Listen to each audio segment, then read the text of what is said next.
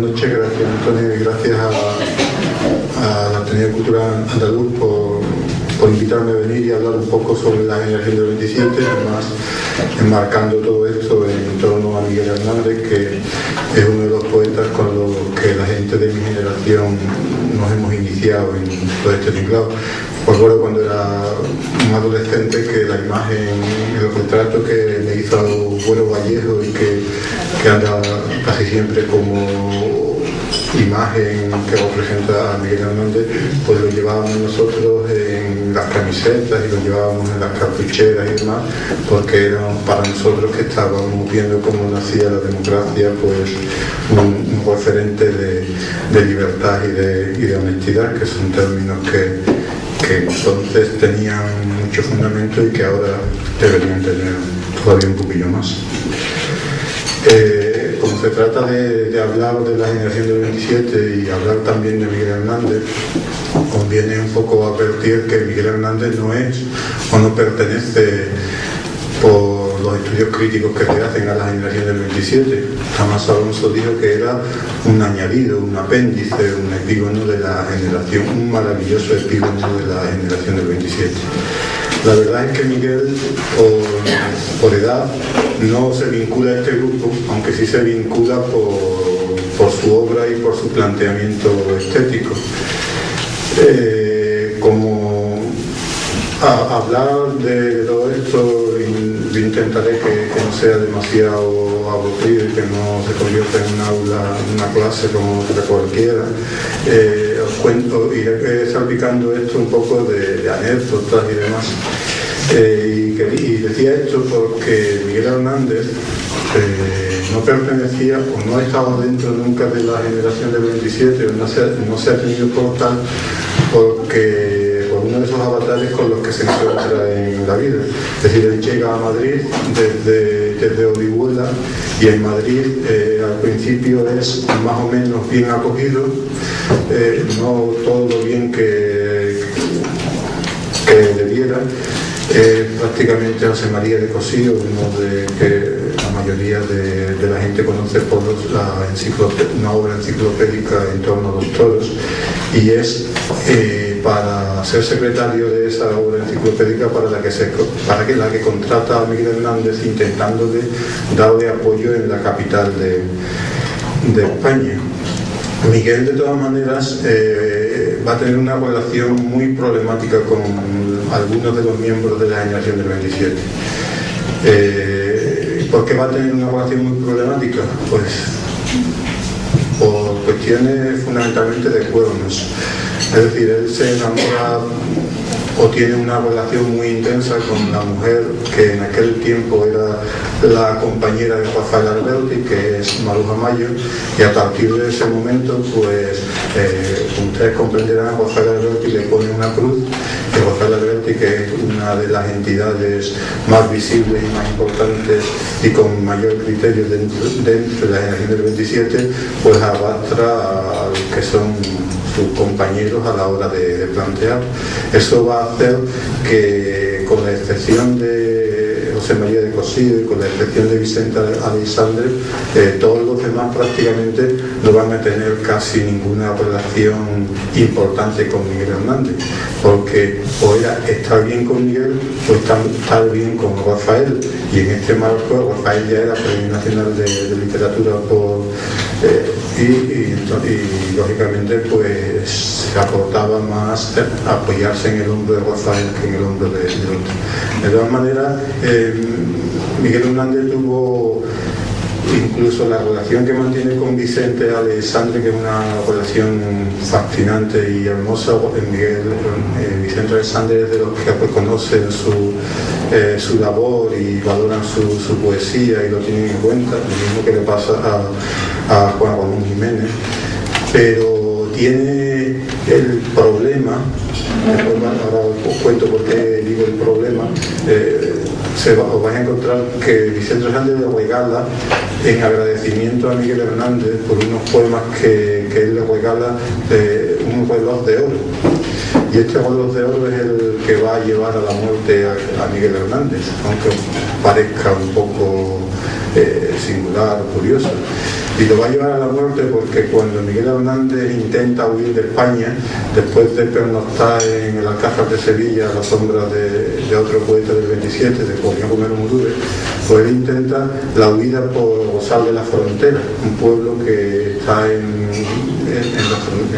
entre Portugal y España, y allí, como la pinta que tiene este buen hombre, que no era la de una persona digna de llevar un Golos de Oro en la muñeca, pues despierta la curiosidad y la suspicacia de la policía portuguesa. Lo detienen,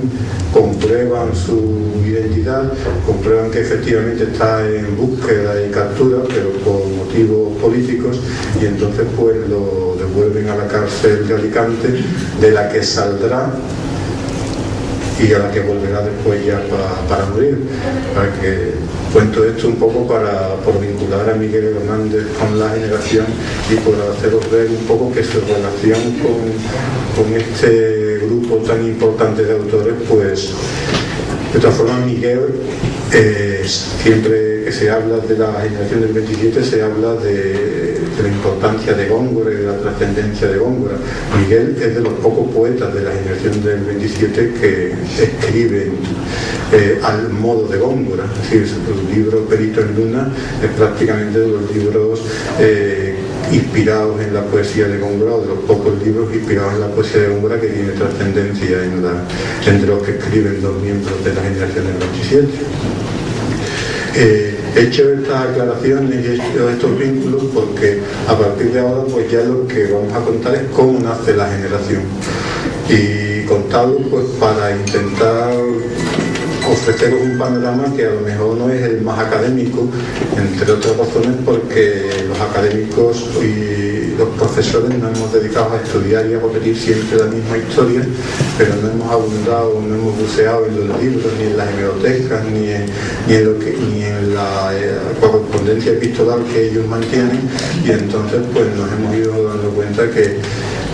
hemos estado estudiando cómo nace una generación que en realidad pues no fue así, no nació como ellos contaron, y se dio por bueno que había nacido como ellos dicen, o como dice Gerardo Diego, como dice Rafael Alberti fundamentalmente, pero la realidad que se puede constatar y está documentado. Antonio me dijo que si iba a traer documentación, si iba a traer algo para proyectar y demás, podía haber traído algunos documentos de los que están aquí en el libro y que más o menos lo demuestran,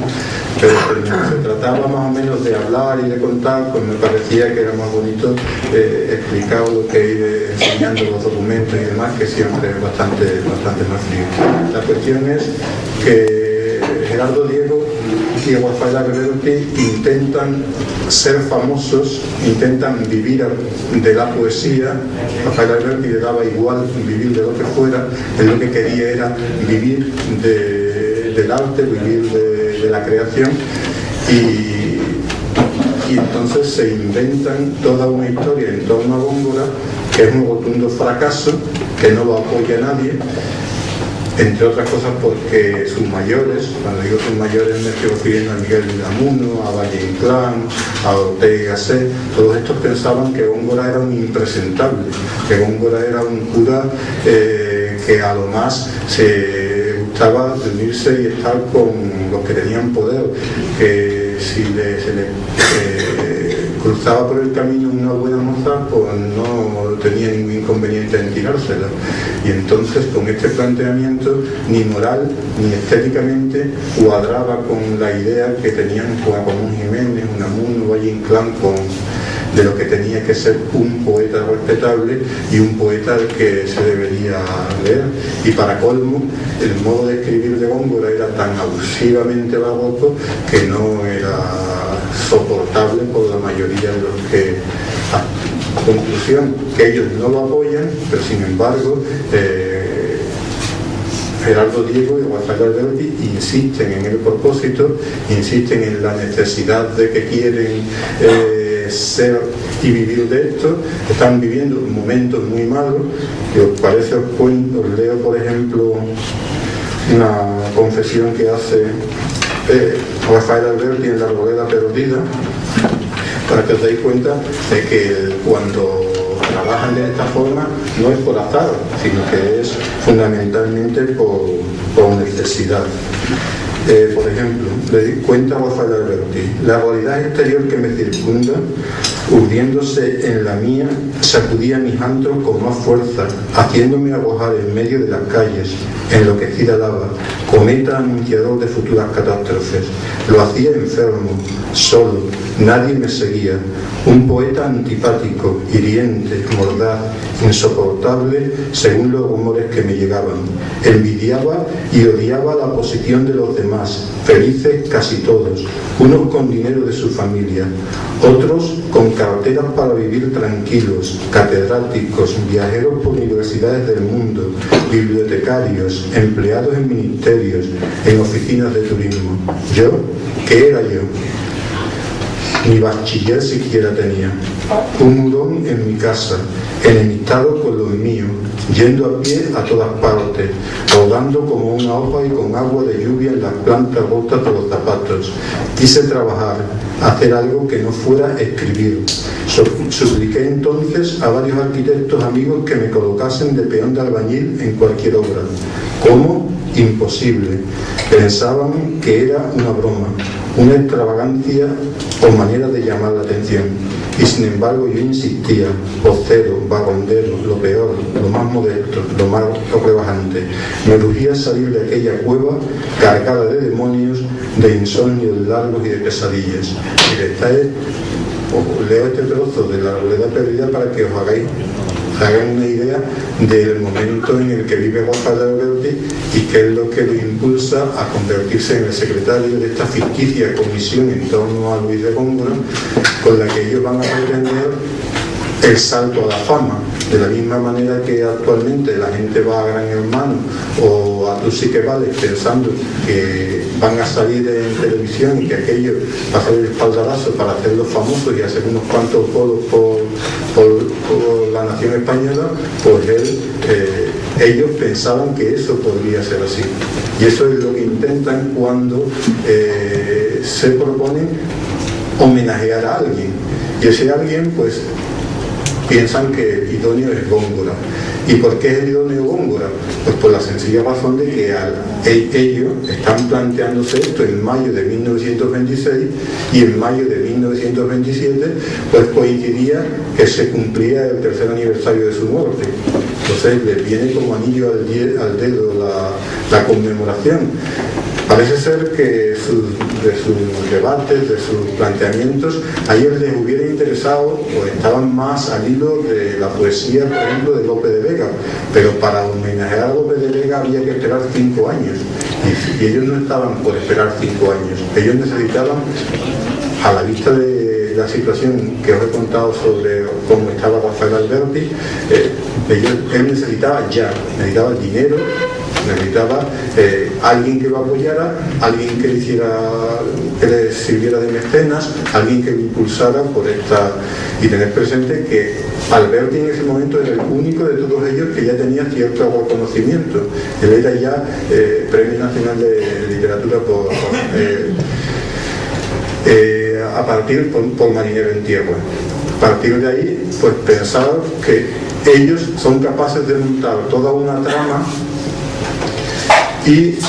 invitar a todos los poetas jóvenes que en aquel entonces estaban emergiendo. En esos poetas jóvenes está Federico García Lorca, estaría Marichalar, estaría Jorge Guillén, Pedro Salinas, que era un poco el más mayor de todos ellos. Es decir, ellos van a ir invitando a gente con el propósito de hacer un grupo lo suficientemente compacto que les ayude a conmemorar una fiesta en torno a Góngora. Como Góngora nadie respetaba su figura hasta ese momento y sus libros no los querían, pues ellos ¿qué es lo que se plantean? Pues se plantean, y esto es lo que hemos estudiado todos, que van a hacer una hoguera en la Plaza Mayor de Madrid en la que van a quemar todos los libros que han hablado mal de Góngora. todos los libros de literatura, de estudios críticos y de texto. Ellos se plantean que la Real Academia, como no acepta a Góngora, pues lo que van a hacer es que van a montar un tinglao en torno a la Real Academia, y los académicos que más se han manifestado en contra de Góngora se van a orinar en sus muros y le van a montar se van a montar un auto sacramental en torno a Góngora, y que va a venir apoyado por Salvador Dalí, Luis Buñuel e incluso Pablo Picasso. Ellos argumentan todo esto, y Gerardo Diego habrá un momento que lo escribe en una crónica, que es la crónica del centenario, que todos los que hemos estudiado lengua y literatura hemos asumido como que era cierta, porque Gerardo Diego, pasado el tiempo, pues se convierte en una autoridad en el mundo académico, y si lo dice Gerardo Diego, pues igual que si hoy el ministro de Guindos dice algo, todo el mundo da por bueno que es verdad y que va a pasar. Si lo dijo Gerardo Diego, que fue una figura que participó de todo esto, todo el mundo dio por bueno que aquello era verdad. Gerardo Diego tuvo un problema, y el problema es que cuando escribe la crónica esta, la escribe para